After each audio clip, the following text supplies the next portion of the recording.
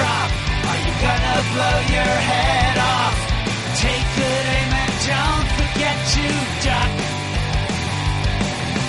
Life sucks every Monday and all the way to Sunday, but I wouldn't have it any other way.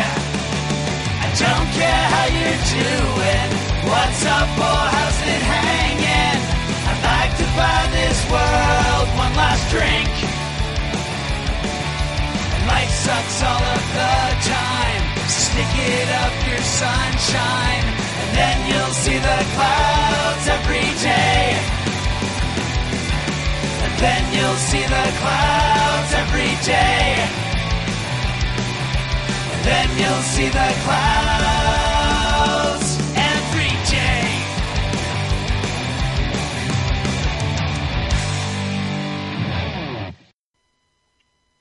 Welcome to the Crazy Life Podcast. My name is Jen. Those of you who have been listening already know that. Those of you who are new to the show, welcome. I'm so glad to have you listening. And of course, I can't do this alone. I have my cohort in crime, Mr. Bryan. Hey, Bryan. Hi. So how are you doing this week? Not too bad. It's been kind of a slow, no-sleep week, but other than that, nothing, nothing major's really gone down. Well, that's good. How's things going with the drawing and stuff? Yeah, I haven't done anything else. I actually forgot. I actually did have something happen from since the last time we recorded, which was why the last episode actually went up a day. I believe it was a day late. We lost our power from that really strong storm that came through here.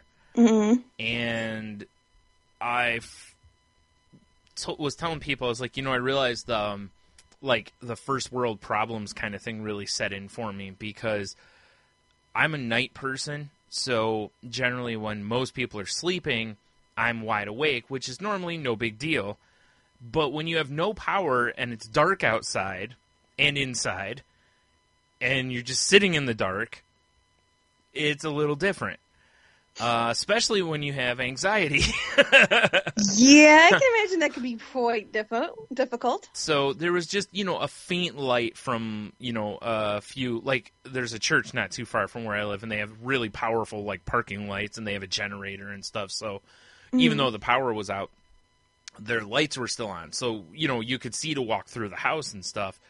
But I'm sitting in my room, and I'm like, yeah, I can't jump on the computer. I can't turn on Netflix. My phone was at 60%, and I'm like, well, I can't charge it back up. And even though I didn't even think about it, I could have because, the cars now have USB ports. Mm-hmm. So if worst case scenario, I could always go plug my, run the card a little bit and plug the phone in to get a charge on it. But it was the only phone we had because when the power went out, the landline goes out too because it's through, the internet provider. And I'm sitting there, and after a while, I'm like, my anxiety is just through the roof. And I'm just like, man, there's nothing. I'm trying to think of anything I can do, And then I remembered that my iPad, I have a couple of games on it that I can play without having to be connected to the internet in any way. So, luckily my one iPad had 90% charge on it. So I sat here and was playing Sudoku and I forgot what else I was playing, solitaire and Sudoku basically until our power came on at 2:15 in the morning. And it was kind of muggy, so that was nice not having any air conditioning or fans. That's why I said it's all first world problem stuff. But my anxiety was ramping so high that, and I'm trying to breathe and all this, but it's like, God, what I need right now is a distraction. I just need, and it's like without getting on my phone basically and jumping on Twitter or something, that's usually when I use social media, kind of a thing at times. I'll use it heavier when I have anxiety. I'm just looking for a distraction, And I couldn't really do it because I didn't want to run my phone down. So, yeah. Sure. That was a fun experience. So, the lesson I learned is, to make sure that, to make sure that I always have my iPad charged or, something to that effect. Yeah, it gets very difficult not having electricity in the age that we live in with all of our stuff. Yeah. And nothing can be worse than being left alone in your own head in the dark. Yeah. Right. Well, the that's head why can take you to really, really bad places. Well, that's why I was so happy when I after playing games for a little bit, and I was like, oh, you know what? I use Downcast to get all my podcasts, and I actually download them into Downcast. So I actually had a few podcasts on my iPad as well. So I started playing those to, and that's probably more of what became my distraction. Because I was like, you can't. There was no music I could play unless I play it off my phone, and it's going to drain my phone quickly. So I didn't want to do that because, my iPads are Wi-Fi only, so I don't have ones that are part of my data plan. So yeah, like I said, I was really happy I had some podcasts on my iPad as well. Well, that's good. Yeah. Yeah. I fared fairly well. I mean, because the storms came through. I'm about 15 minutes north of where you're at, and the storms came through, but I must be on higher ground, which is kind of unusual considering I'm less than a block away from Lake Erie. Yeah. So you would think that the town would flood out because the lake right there. Yeah. But no, we didn't have any flooding, and we didn't lose any power or anything. So yeah, we did good. The cats were a little bit spooked by the whole thing. Yeah. And that's kind of, it's helpful to me because, I mean, the whole not having kids, be it what it is, but having my boys gives me something else to think about. Yeah. So that I don't get stuck in my own head when things happen and stuff. I can focus on them. Yeah. And making sure they're comfortable and whatever. So yeah, they were a little creeped out by the whole big loud noises and stuff, but for the most part, we were good to go. My cat she didn't care. Nope. She laid in the chair I'm in right now, my computer chair. She just laid in that, and she never even came over to me or nothing. She just laid in the chair and slept through the whole thing. Well, Frankie, my lover boy, he's the one that was more upset because Max is pretty much he's the hard alley cat, and he's just, whatever, he can take care of himself. But Frankie he's my lover boy, so he was, cuddling with me and stuff and hiding his face in my neck and being all sweet.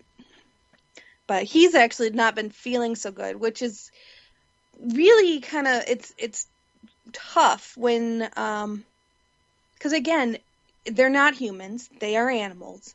And even though I am a self-proclaimed crazy cat lady, and have a ton of books and do a ton of research and I adore cats. I know as much as I possibly can about them. I'm fascinated with them. But I still am very realistic in understanding that they are not humans. Yeah. And that there is a big difference between a sick human and a sick animal. But regardless, it still bothers me when my boys get sick. And Frankie's been struggling with getting sick. He gets physically ill probably every other day. And it's been getting increasingly worse. And so finally, my boyfriend mentioned to me, he's like, you really need to take him in. And I hate going to the doctor, even though I love my doctor. I hate going to the doctor. I hate taking the cat to the doctor because there's all that anxiety. There's the anxiety of the cost. There's the anxiety of what's actually wrong. Right. Then your head starts going down all of these different random paths about, what if this happens? What if that happens? What am I going to do if it costs too much money? What am I going to do? And all of this stuff comes up. So I try to avoid as long as possible, but I had to take him in. So, of course, I was going through the normal anxieties and the normal, thought processes for me, of all the things that could be wrong with him, ranging from just an inflamed stomach lining to, kidney failure, or he ingested something he shouldn't have and all that good stuff. So we went in, and thankfully it sounds like it's just an inflamed stomach lining. So he's on Mylanta, and he's on a medicine now. Still cost me a pretty penny, but not my limit. Because I talk before I take my animals in, and here's a tip for everybody out there.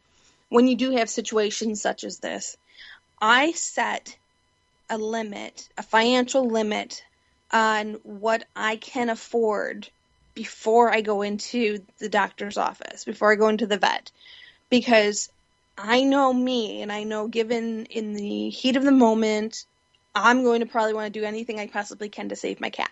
Because I love him, I adore him, he's my family. I can't express that enough. So I'm also realistic in understanding that's going to be a bad situation for me walking into it. So I have a conversation usually with somebody close to me who understands about what is an appropriate response and what is an appropriate amount. And so my boyfriend and I sat down and we talked about it, and we kind of set in our heads that this is the amount that we're able to spend right now on taking care of him. Thankfully he didn't come anywhere near that, so we were fine and everything worked out. So hopefully he starts feeling better and everything will be good. But it's very much an emotional roller coaster. Yeah. Like everything is that kind of interrupts your day-to-day life, your day-to-day schedules, and stuff like that, Yep. So it's been kind of a rough week for me. It's been a lot of ups and downs. Again, like I mentioned on the last podcast, I went out with a couple friends and I got too high on life and high on everything. Yeah, it's a good thing to clarify. People. Yeah, I went out with my friends and we smoked all the weed. I was so high. Yeah. But no. We made Cheech and Chong look like amateurs. Yeah, exactly. But no drugs. Just had a couple drinks, adult cocktails, and just emotionally got too up. Yeah. And struggled with that the week before. Well, we kind of did it again because we all went out to celebrate somebody's retirement at work, and a bunch of us went out, and the same woman that I went out with the weekend before was there. And one of my good friends, and I really enjoy her company, but she was telling everybody about what a crazy woman I am because of how crazy and fun I was the last weekend. Right. And thus kind of got me going. And so I was way too high again. And life of the party and everything's amazing. Right. So, having a great time, which is, I'm a very pleasant person at work, but kind of out of character than my work character that I portray and stuff. So of course that happened Friday. So then Saturday was a washout because of the rain and because I had the down from the high that I was at. Right, the hangover of it. Yeah. Yep. I mean, emotional hangover. Really, it's not even any sort of an analogy. It really is an actual hangover from it. Yeah, so I had the emotional hangover, and then it was storming and raining all day. So that day was a washout. Yeah. Then there was a guilt on Sunday because I didn't do anything on Saturday. Yeah, so it kind of, one thing fed each other and stuff, and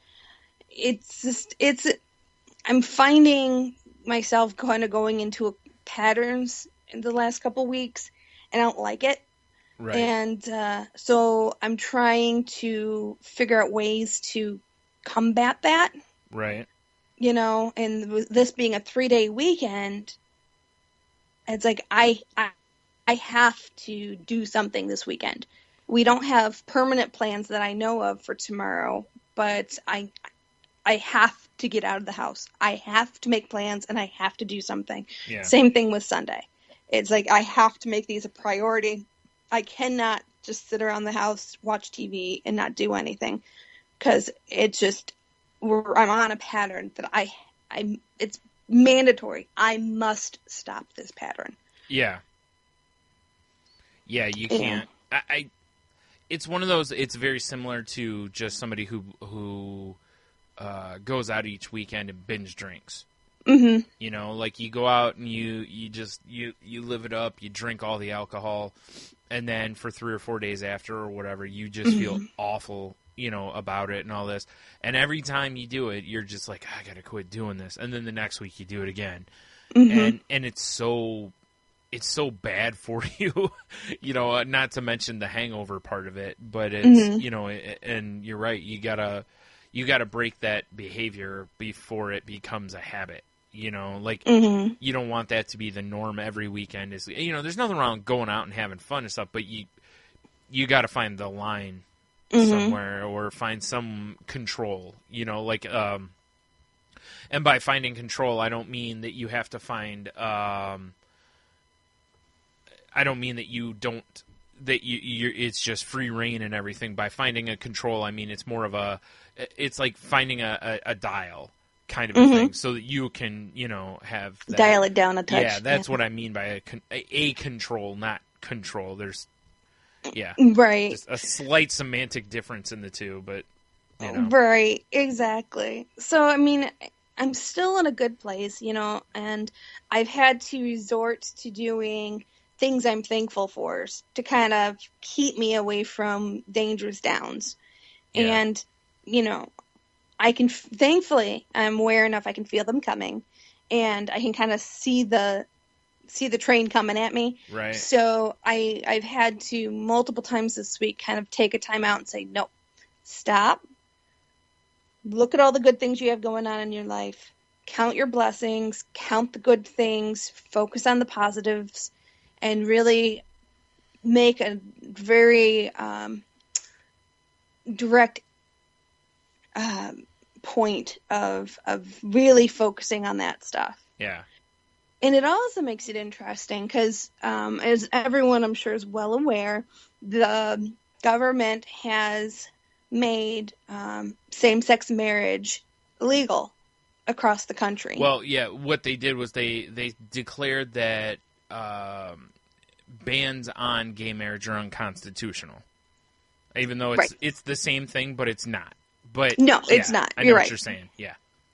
But so, which I cannot agree with more, because I believe that equality, regardless of religious beliefs, regardless of personal beliefs, when it comes to two consenting of age adults, they should all be allowed the same rights. Yeah.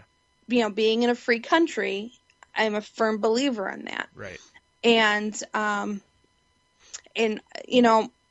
boyfriend and I differ on opinions on things. Yeah. And I'm much more liberal and he's much more conservative in general, not necessarily affiliated with one party or not. Yeah. But our views fall into those categories, and he's very big on small government.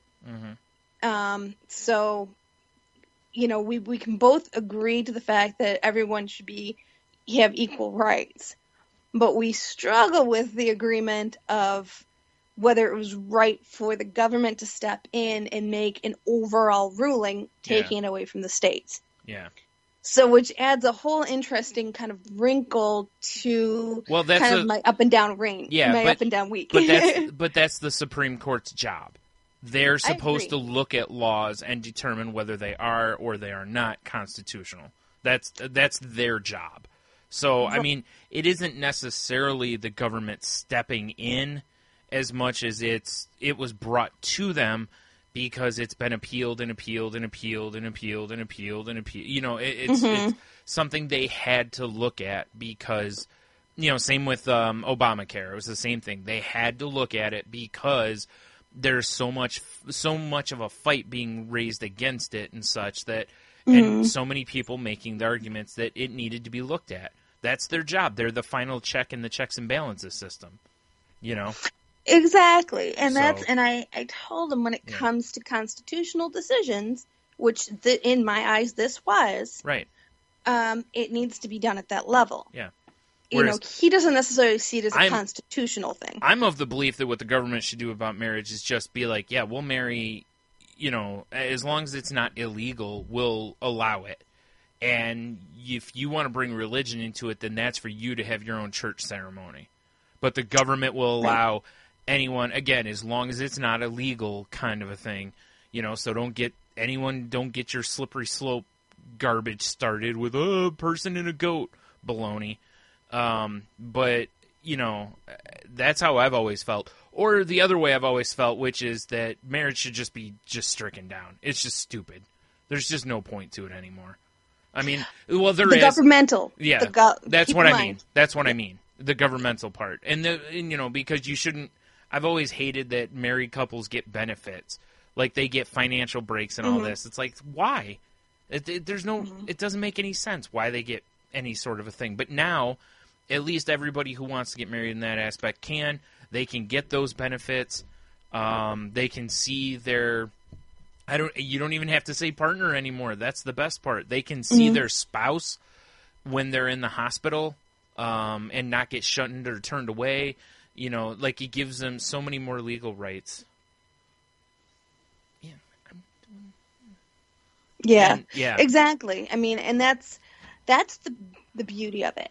Now, through all of our discussions over the week, we did come up with a solution.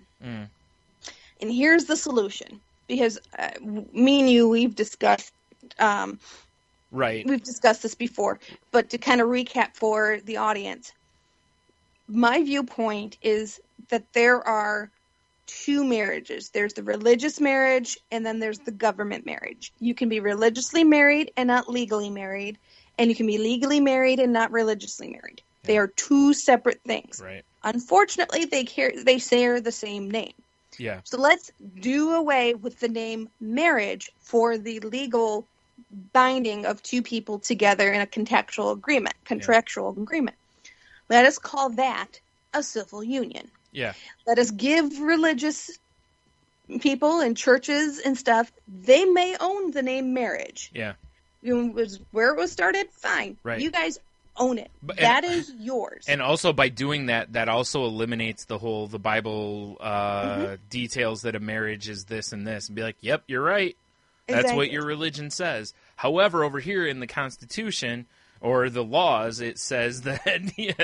Right. A civil union is between two consenting of age adult humans. Yep. Period. Yep. That is what a civil union is. Everybody who gets joined in a legalized ceremony, if it's legal, it's a civil union. Right. Period. Yep. And that would solve all of the issues. Which is so silly that just a semantic difference right there. Now, granted, I fully understand how much fighting and killing and various things have been done over semantics over the years, but it's just amazing how that little tweak would just solve a lot.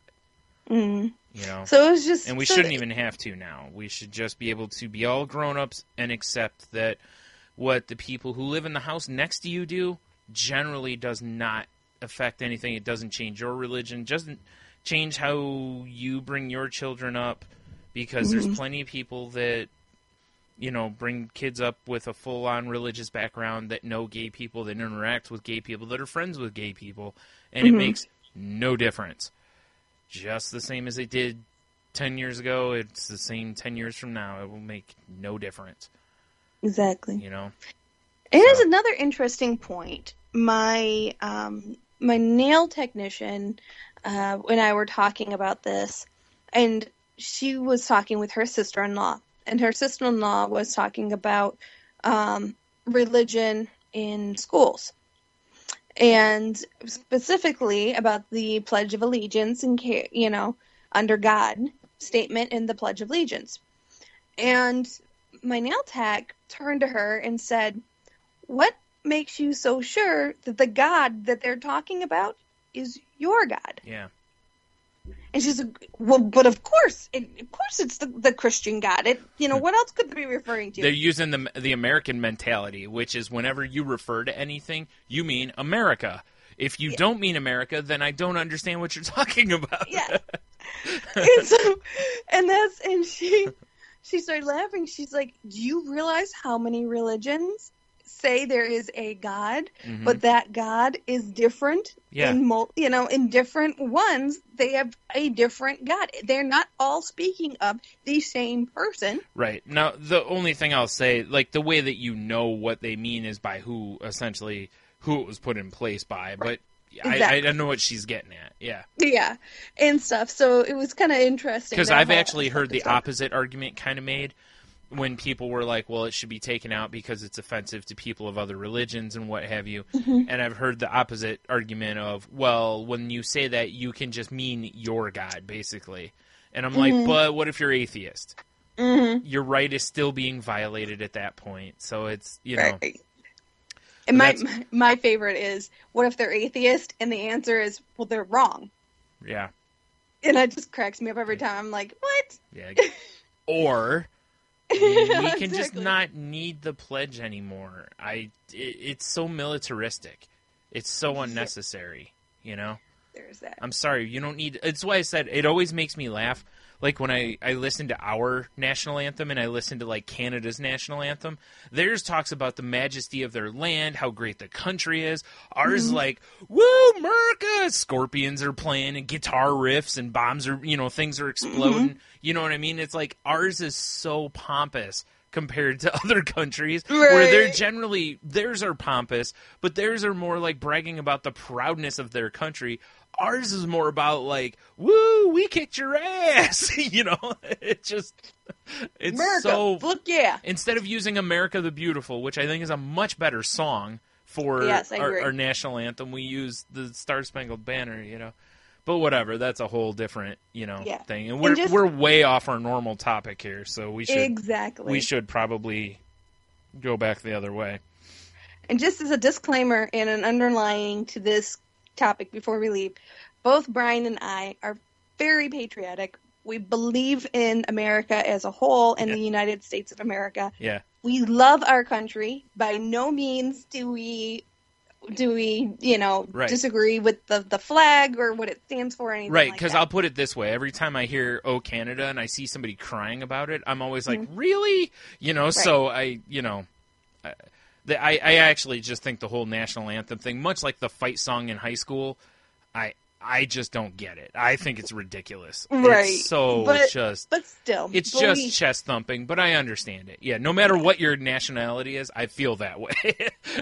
Exactly. Yeah. And as far as religious beliefs, please note that neither one of us brought our religious beliefs into discussion. Yeah. Because we both believe our religious beliefs are our own. Yeah. And by no means does this mean that we don't believe one way or another, or do believe one way or another as far as religion is concerned. Yeah. This was strictly political that we were talking about. Yep. So, that being said... Speaking of America...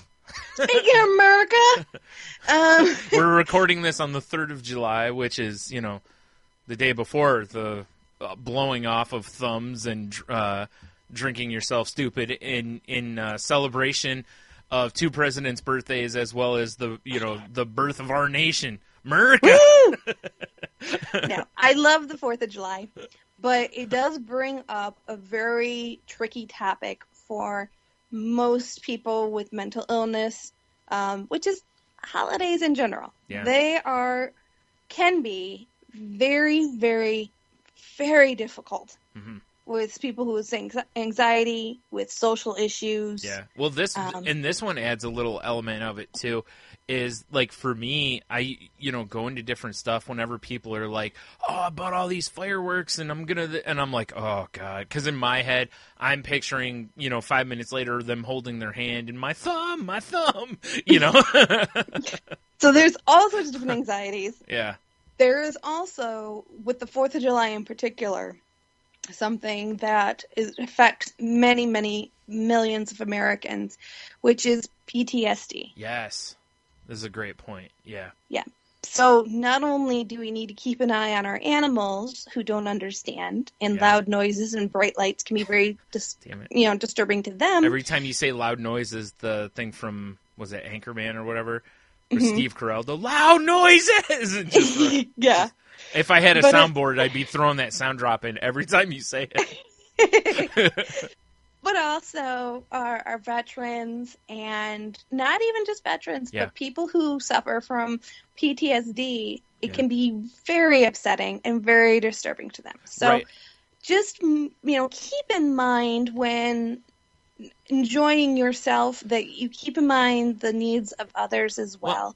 Part of it, too, I think, is, and they actually ran a thing on the local news about this last night, and it's a great point, is the 4th of July itself, a lot of veterans and stuff, or people with PTSD, they expect fireworks pretty much most of the night.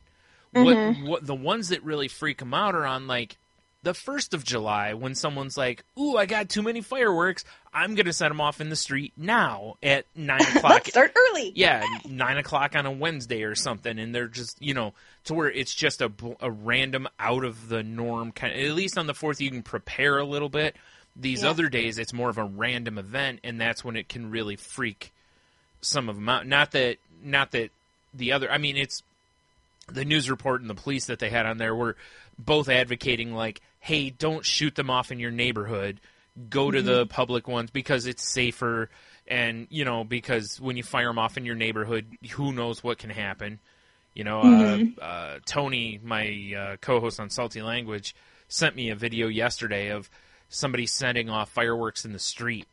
Like, just setting them off in their street. And they just start flying around. And they're hitting cars and doing all this other stuff. And it's, just whoever was doing it didn't know what they were doing, and it became a potentially dangerous situation because people could have gotten hurt by it. And plus, like you said, the PTSD angle is something that's been often overlooked, As well as people with oxygen.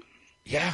Right. You never know what your neighbors have in their house. Right. And look at that with my dad toward the end there. We had like 5, 6. Or we had like 2 or 3 big oxygen tanks and then a bunch of small ones for when he would go somewhere. Right.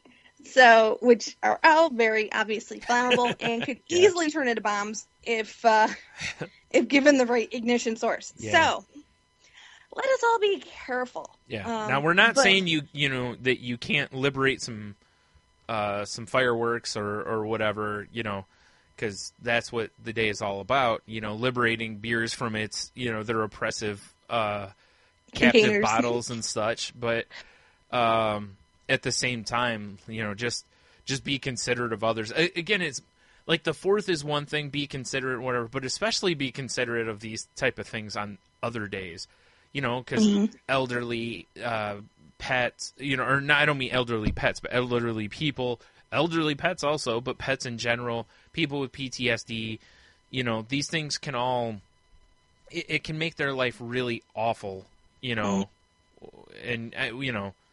no one's trying to stomp your fun. It's just think about others a little bit. Exactly. And I think there's, it's finding the balance between the two.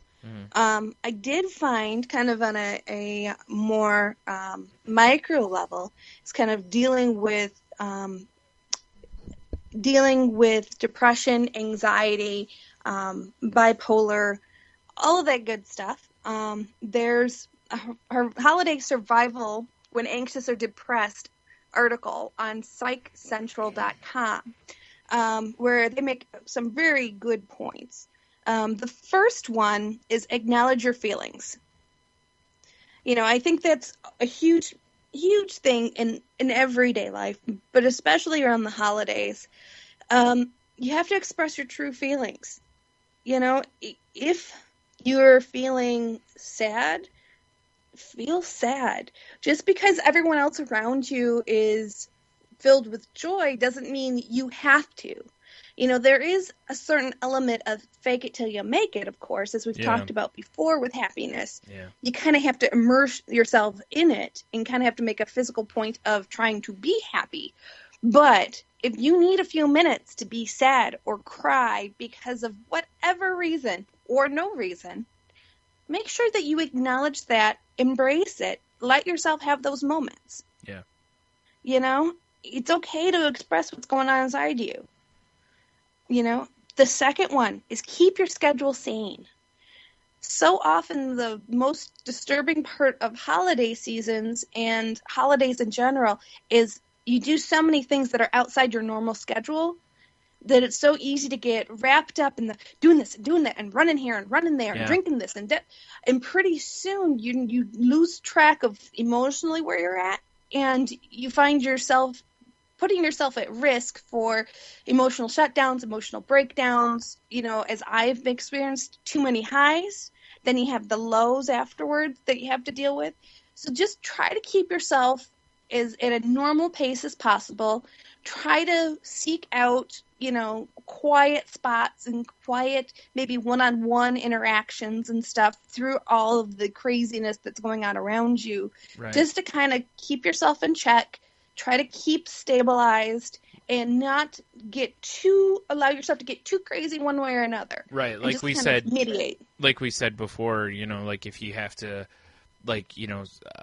excuse yourself, off to the bathroom or whatever, and just, look in the mirror for a minute, or just, stand there, sit there or whatever, and just kind of go through a deep, a focused breathing kind of technique to center yourself again, kind of calm back down, if you're having anxiety and stuff, because it's so easy to do, that's my issue at stuff like that, is I get overwhelmed by people, and it doesn't have to be a lot. It could be 5 or 10 people, and I kind of feel overwhelmed by it sometimes. So Sure.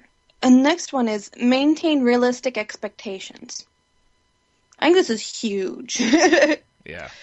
Because so often we set these expectations of this party is going to be epic, or this is going to be the best time ever, or I'm going to have, my house is going to look perfect, or this is going to be perfect, or, you set these expectations for yourself and for others that are so unrealistic, nothing's ever going to live up to them, and you're going to end up upsetting yourself and killing yourself over something that really doesn't matter in the long run. Yeah.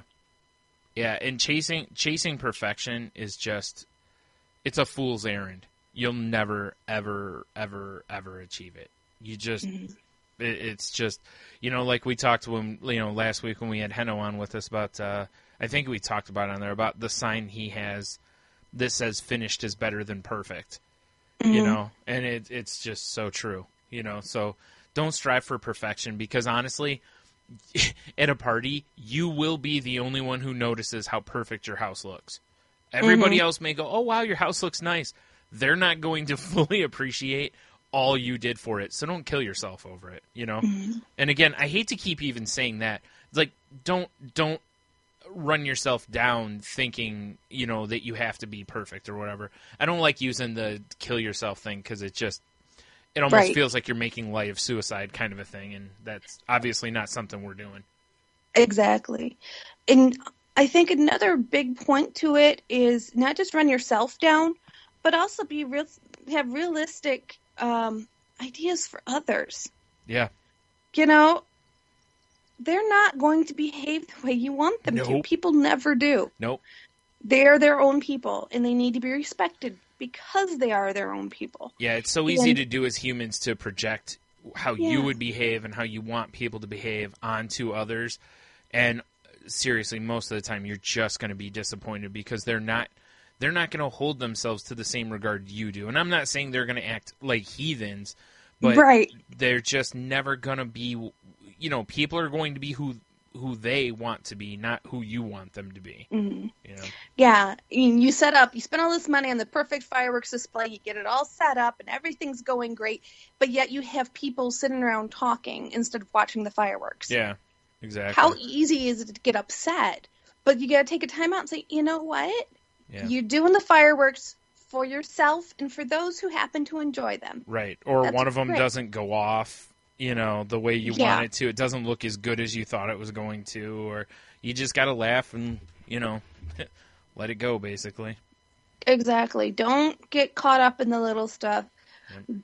What's more important is get caught up in the overall feel of the room, the overall feel of the party, the overall feeling of happiness, contentment, enjoying connecting with other people. And be realistic. If you have a hard time at parties with 30, 40 people, have a party at your house with 3. Yeah.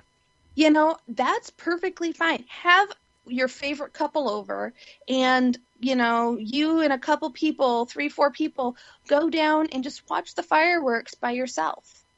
Yeah. You don't have to surround just because it's the holiday and everybody has these big parties and stuff doesn't mean you have to. Yeah. It's funny. I find I've talked with different people and they'll be like, "Oh, do you have plans this weekend?" And I'm like, "No, not really." And they're like, "Oh, that's too bad." And it's like, why? Why is it any worse than last weekend? I didn't really have plans. I don't, just because it's a holiday, I don't, and it's not even like the family holidays. You know what I mean? Mm-hmm. This is one generally where you get together with friends, and usually they devolve quickly into a lot of drinking, and then someone decides that fireworks and drinking are a good idea. Exactly. Together. So, and be happy with where you're at, Yeah. Don't let somebody else guilt you or make you feel bad because you don't have plans, or you decide to opt out of the plans that you do have. Yeah, or you leave before the fireworks start. Or Exactly. Yeah. You do what makes you feel happiest and where you're content with it. Right. And there's ways of dealing with things. There is also an element to, as we talked with Henno about the whole, sometimes you kind of got to make yourself serviceable to somebody else, though, in that somebody else might get a big kick out of having people over and having the fireworks and the pomp and circumstance of the party. And there is something to be said for buying into that a little bit for them, as well. Yeah, that way, doing for others. Right. Like finding that, like you were saying earlier, finding that balance in there that you also have to make sure that you're okay. And then at the same time, allow them to enjoy being a host or a hostess, or, you know what I mean? Mm-hmm. So. And you know what? Here's a shocker for everybody out there. People enjoy being around you. And sometimes it's mean to keep that away from them. Yeah. Such an odd thought, and Yeah. how often is it so difficult for us to possibly imagine that somebody looks forward to my company? Yeah. It's crazy. It's like, who would listen to me talk in an hour in a podcast? Who actually cares if I show up to their party or not? Who actually seeks out my company, my special brand of me? It's such a weird concept, but it's true. It's absolutely 100% true. People just want to be around you because they like you for who you are. Right. It's so weird. Because we don't look at ourselves that way. Yeah. We are around ourselves 24/7, and we get sick of ourselves and don't particularly like ourselves a lot of time. Well, and plus, having mental illness, like me with depression, I always have that doubt in the back of my head that, it's, I don't know, it goes into a lot of stuff, like, oh, they're gonna this, or people are like, even when you're there, are they judging me on this? Did I do this? Did I, it just, so. They really like me, or they're just pretending. Yeah, exactly. Nice. Yeah, yeah, and just stuff like that. It's tough to deal with, but, you got to do all you can to not let that doubt win, and not let that doubt have its real voice, Exactly. And so there's a lot to it. And by no means are these things easy. But you do need to really keep in touch with yourself, keep focused on yourself and where you're physically at and emotionally at, but also keep in mind others and try to balance the two of them. Another thing to help would be focus on healthy habits. Yeah. Make sure that if you're going to a big party later, during the day, make sure you give yourself some downtime to kind of be quiet and just relax and kind of put yourself in a good mental state before going to the party. Go for a walk. Go to the beach. Whatever you need to do, whatever your triggers are to help you feel more comfortable, do that. Wear your favorite outfit. Don't wear something that's uncomfortable. Right. Wear something that's comfortable, that you feel happy in, that you feel makes you look pretty or attractive or handsome, be the gender that you may be. But really kind of make sure that you put yourself in a healthy spot before entering into all of the crazy pratfalls and stuff that can happen at parties. Yeah. Another one, create a comfort zone for you. So, it's whether it's having a key person that comes with you. A big thing for me that I do when I'm around a lot of people, I always tell somebody that I'm with. I pick somebody to go with me usually that is a trusted, close person. And I always tell them, I'm like, when I'm feeling anxious or I'm feeling uncomfortable, I'm going to come up and I'm just going to loop my arm in yours. And that's kind of my cue to you that I'm not in the best place. And all I need you to do is just kind of be there with me. We don't have to talk about it or anything like that. Just acknowledge that I'm there and just, and just be with me. Yeah. Because I just need somebody physically there to kind of help ground me. And, I do that in crowds. I do that when I'm any situation that I'm overwhelmed. That's how I do it, is that human interaction and stuff, somebody I can trust. It helps to calm me down, and it helps me to just reconnect to the situation and not get lost in myself. Right. Yeah, and that makes sense. Yeah. Yeah, it's like me. Since I don't drive, I always want to know before I go somewhere. I always want to know basically my way out, like my because I don't want the feeling of being trapped. Kind of a thing, and I'm a person who likes to sleep in his own bed. I don't like the staying at other people's places if I can help it. Sometimes you have to or whatever, but I'm not a person who likes to. So if that's the point of things, then I kind of sometimes I'll back out because I don't want that, or I'll try to come up with an alternate so that I can get out of a situation or whatever, Like it's one of those, I walk into a place, I look for the exits, Right. That's the mentality essentially, Not that anything's necessarily going to go wrong, but just in case. Exactly. And just, they are enjoyable.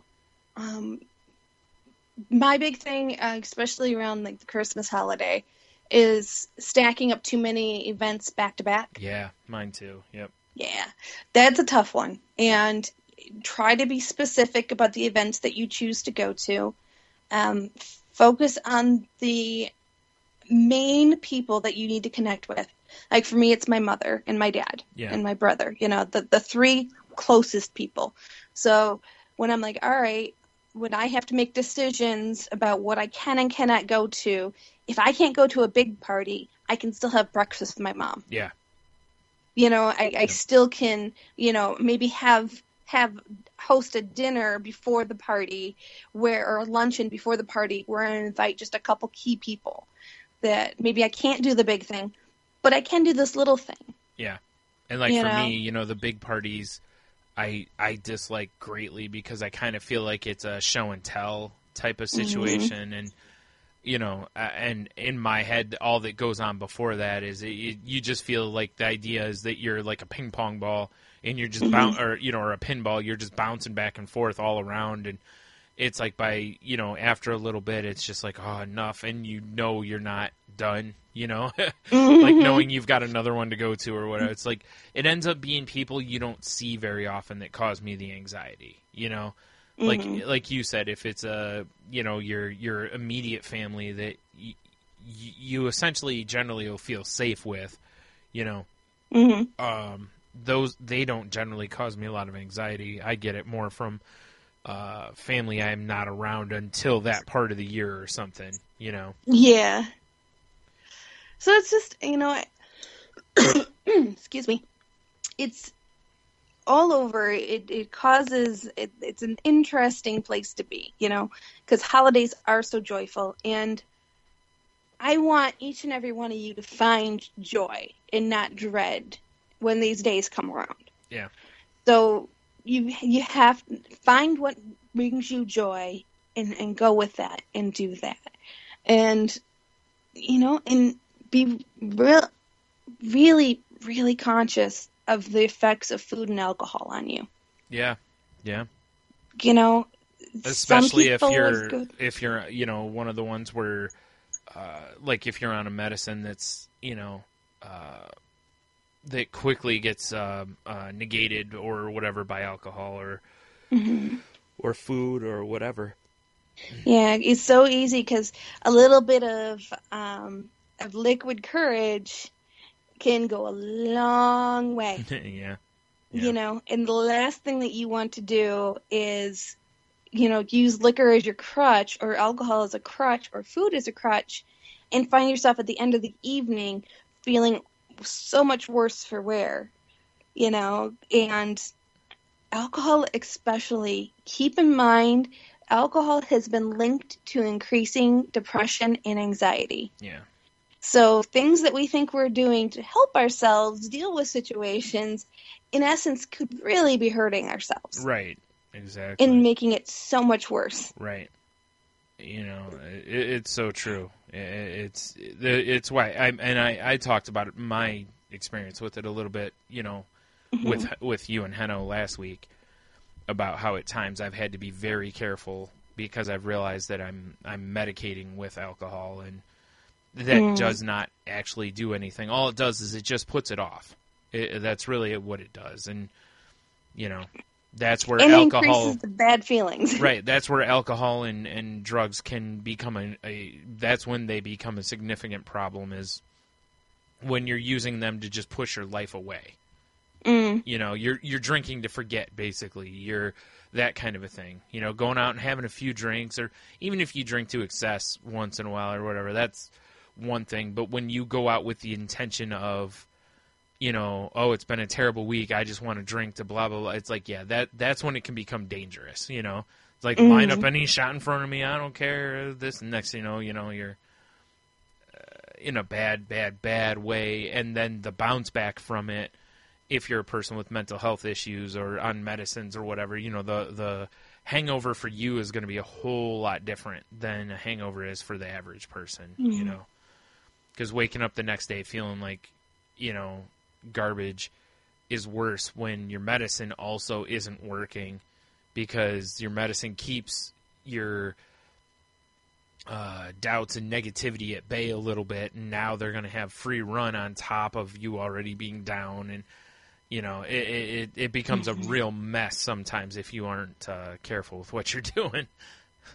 And we're not even going to go into the whole things that can happen when you're drinking and inhibitions are down. Yeah. So the actions that you take on top of the bad feelings because the medicine's not in your system. Right. On top of the feeling disgusting inside because you've got a hangover. Right. On top of that, then you're going to have the actions that you did while under the influence and the guilt and the repercussions based upon those actions. Just the spirals it's like spirals on top of spirals on top of spirals. We're talking like tornadoes everywhere. Yeah. We're talking Kansas is up in the air because there's so many tornadoes happening. Yeah, that's why, the other reason why I would assume most doctors would tell you to lay off of alcohol if you're a person that has any sort of a depression type thing. And honestly, if you're medicating yourself for anxiety, you should probably steer clear of it too. But I know there's people who have they have like Xanax for anxiety, where they just take it when they need it, and they'll use alcohol as kind of a replacement for it. I did that for years. Like, instead of using Xanax or going and getting a prescription, I just, it was like, once you get there, you just have a beer or two, or before you go do something, it's like, I'll just have a beer, or I'll have a shot or something before I go, and then I'll be good, and it's like, that's really, even though it seems harmless, it's really a bad pattern. Much healthier to get yourself into a good mental not that I'm an advocate of pills, but I just, there should be better ways to deal with all of it rather than having to have a couple of shots of whiskey before you go to a family thing or something. Don't get me Now- wrong, I understand. Yeah, exactly. Now, I will say there is something we haven't touched on, and one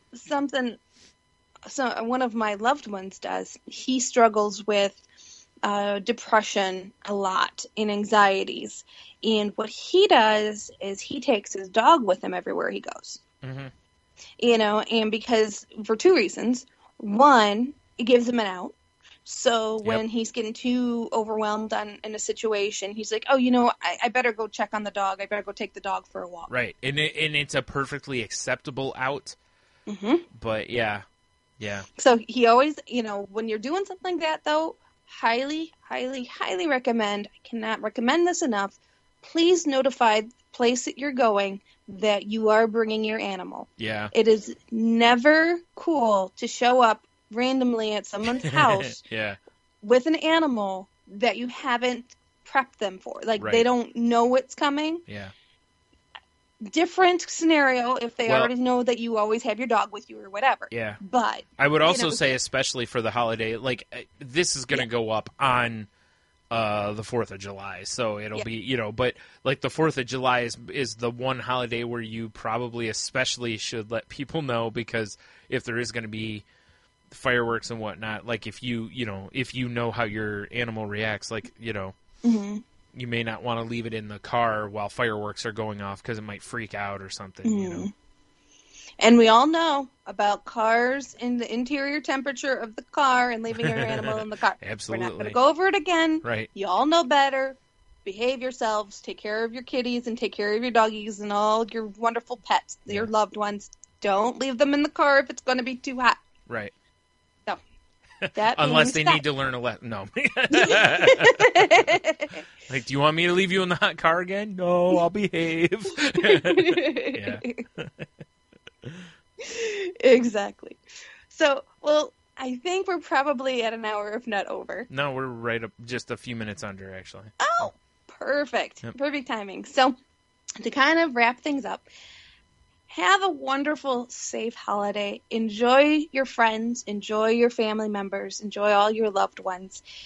Find happiness and find peace in the day itself, in what it's supposed to be, which is people getting together, connecting, enjoying each other's company.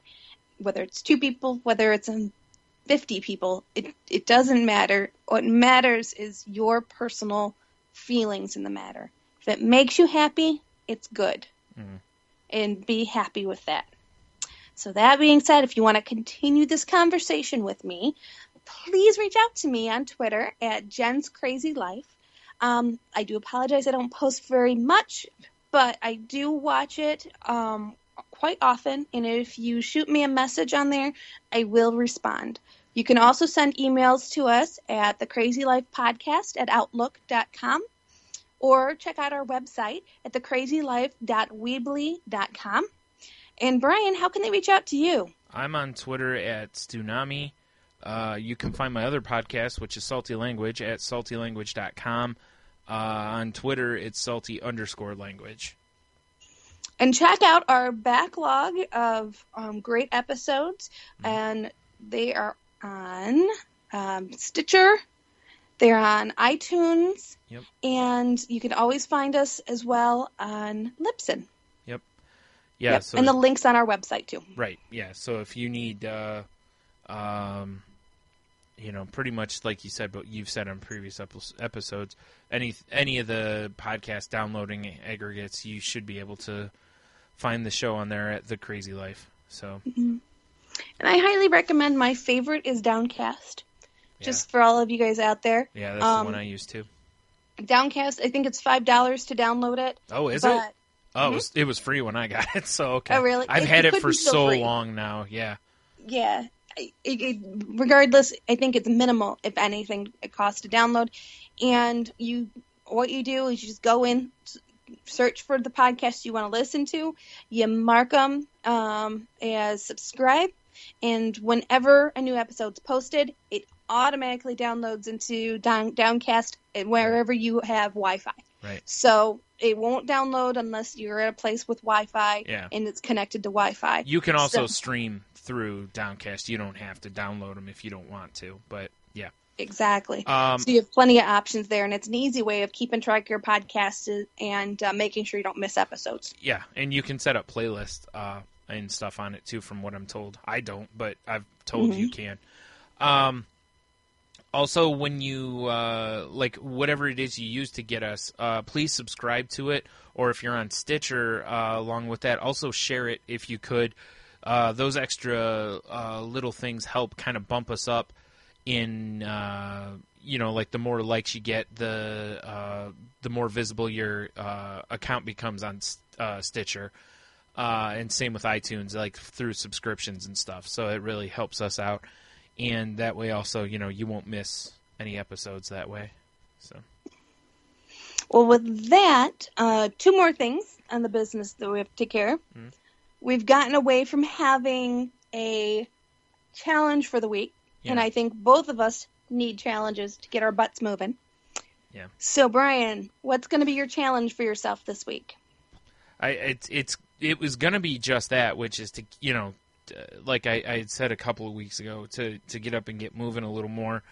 That I'm kind of nursing a bit of an injury at the moment, but as soon as I can, I'm going to try to get moving some more. Cool. And for me, I think there's going to be, it's kind of a combination between a few different things that I've had as challenges for me. And the challenge for me is to get out of the house. It is to set plans for the day and live and complete them. Start really focusing on, I'm going to get up, I'm going to do this, and I'm going to complete it before I go to bed, and really start setting structures for myself, because I think I've gotten away from that, and it's really starting to negatively affect me. So right. I need to get back to that. I can see that. That makes sense. Sure. Mm-hmm. With that being said, got one more thing, don't you, Bryan, on your list? Yep.